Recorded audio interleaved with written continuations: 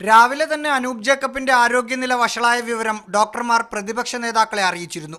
പിന്നീട് UDF നേതാക്കളുമായും അനൂപ് ജേക്കബിന്റെ കുടുംബാംഗങ്ങളുമായും രമേശ് ചെന്നിത്തല ആശയവിനിമയം നടത്തിയതിനു ശേഷമാണ് അറസ്റ്റിന് വഴങ്ങാൻ തീരുമാനിച്ചത്.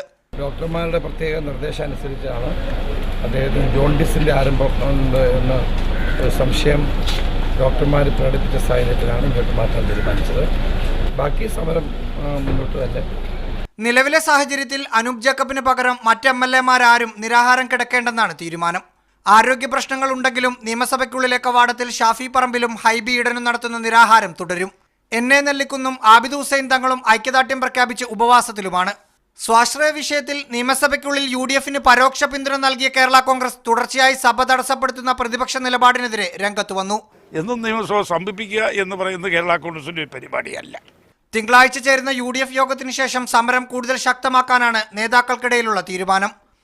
റാഹീസ് റഷീദ്, മീഡിയ 1, തിരുവനന്തപുരം.